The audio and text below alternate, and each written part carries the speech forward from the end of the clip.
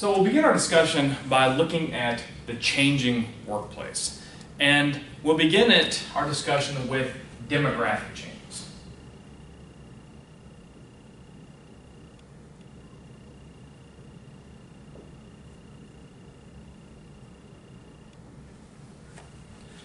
So the thing to remember about population changes is that the dynamics of the population are always kind of changing, albeit sometimes slowly, but they do have a direct impact on labor forces. Now overall, across the world, the labor force growth is slowing to an extent.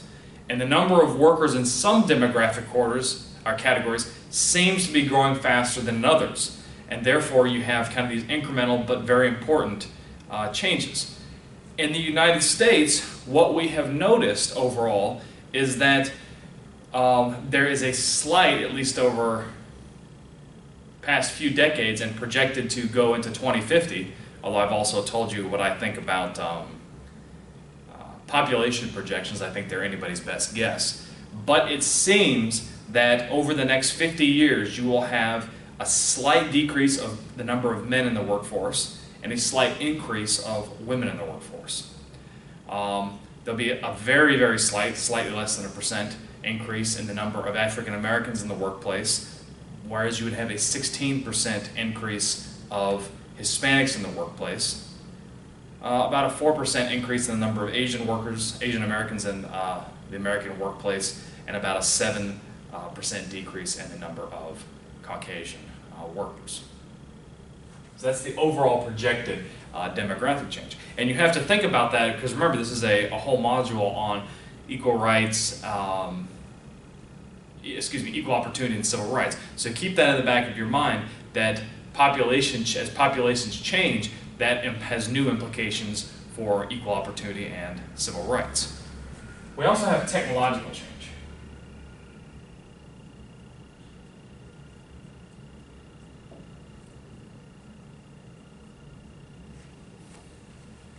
So in terms of technological changes, that has a lot of impacts on work. And it certainly changes the number and types of jobs that are available. Automation is something that is a great example over time. We've seen these kinds of changes. Historically, people working in factories were very low-skilled laborers.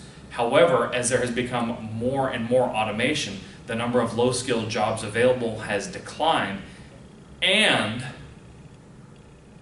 the people that do work in factories are becoming higher and higher skilled laborers. Some of you may be familiar with Charlie Chapman's film, I believe it was called The New World, where he is working in a factory. And all Charlie Chaplin does is he's like turning a wrench on some metal plates. And that's all he does all day. And it's very low skilled labor. Now if you go to a modern factory, I mean, workers are using computers, automation. They're actually very well educated, skilled laborers. So this has, of course, meant that people that had those former low-skilled jobs have had to either retrain themselves or face structural unemployment. So technological change certainly is impacting the modern-day workplace, but it has historically as well. You also have structural change.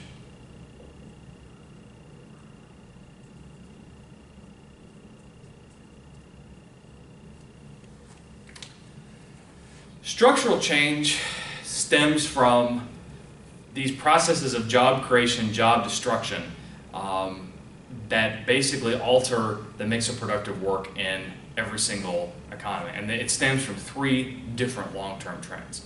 First of all, internationally, the agricultural sector has declined from dominance to it's beginning to the point that it's becoming near insignificant as an occupation. Think about it historically, where you had a lot of, especially here in the U.S., where you had a lot of small farmers that had were more or less subsistence farmers. Maybe they had 100 acres and they sold what little was left over for kind of a light trade. Now, with industrialized farming, you have fewer and fewer people actually working as farmers. They've actually shifted to other occupations. Furthermore, the number of workers in the goods producing sector, so actually producing something that you can touch, like manufacturing labor, textiles, that kind of stuff, is also in a long-term decline. However, there's a huge amount of growth in the service sector, people that produce services. Think of barbers, plumbers, computer programmers, professors. We all do something that cannot be touched. Now, the next trend that I foresee is the sharing economy, where you have a lot of people working kind of temporary things like Uber, Airbnb, TaskRabbit, kind of these on-the-fly type jobs. And that is also an example of a structural change. Now, this structural change is a major decline, a source of major decline in the importance of labor unions. Labor unions generally represented predominantly manufacturing or goods producing workers. To a lesser extent, they represented farmers as well, but they really don't have a lot of strong representation in the service sector or in the sharing economy sectors.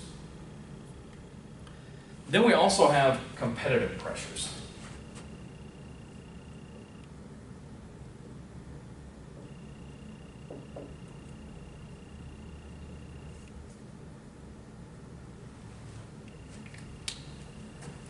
So there has been a lot of intensified competition for American companies. First of all, customers have become more educated about products, as we talked about during our consumerism module, and so customer demand has changed and it's become more stringent.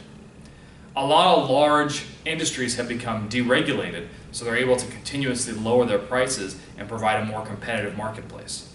And of course, now with globalization, which we've already talked about, there are now global competitors that American firms have to worry about, which are providing additional pressures to provide higher quality and lower cost goods. To make matters worse, by global standards, American workers are pretty expensive, and some companies are seriously considering going overseas to have their manufacturing done in a foreign country, which is certainly a hot topic in politics. So there are a variety of new competitive pressures placed on American workers. Let's look at the reorganization of work.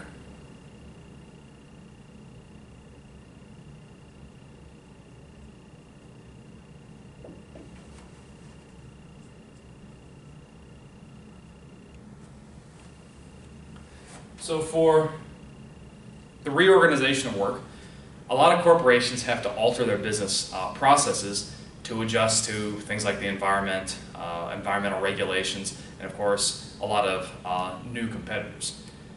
Transport costs have fallen dramatically, so manufacturers are now looking to internationalize their supply chain and separate the production functions from the places where those products are actually consumed. In other words, they send their manufacturing to low-cost countries and then ship those goods back to consumers.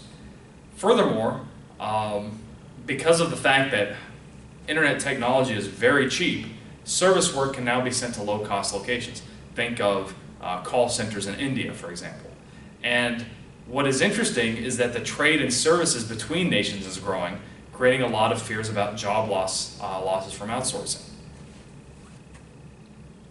So what you have to worry about is, before we always talk about manufacturing being sent overseas, now we also have to talk about services being sent overseas. And there's two kinds of forms of reorganization of work, kind of some key vocabulary terms that you should be familiar with. And you have outsourcing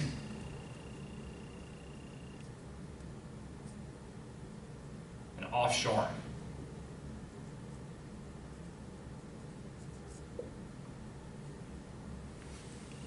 So outsourcing means you transfer the work from within a company to an outside supplier. Offshoring means you transfer that work from a domestic to a foreign location or to a foreign supplier.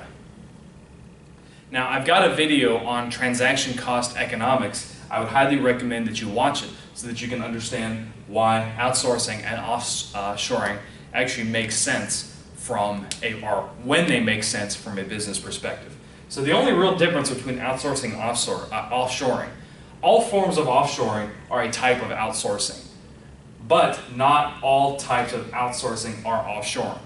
So if you outsource to a foreign company, that's offshoring. Okay? If you're offshoring, let's say you outsource to a domestic firm, that's not offshoring, that's just outsourcing.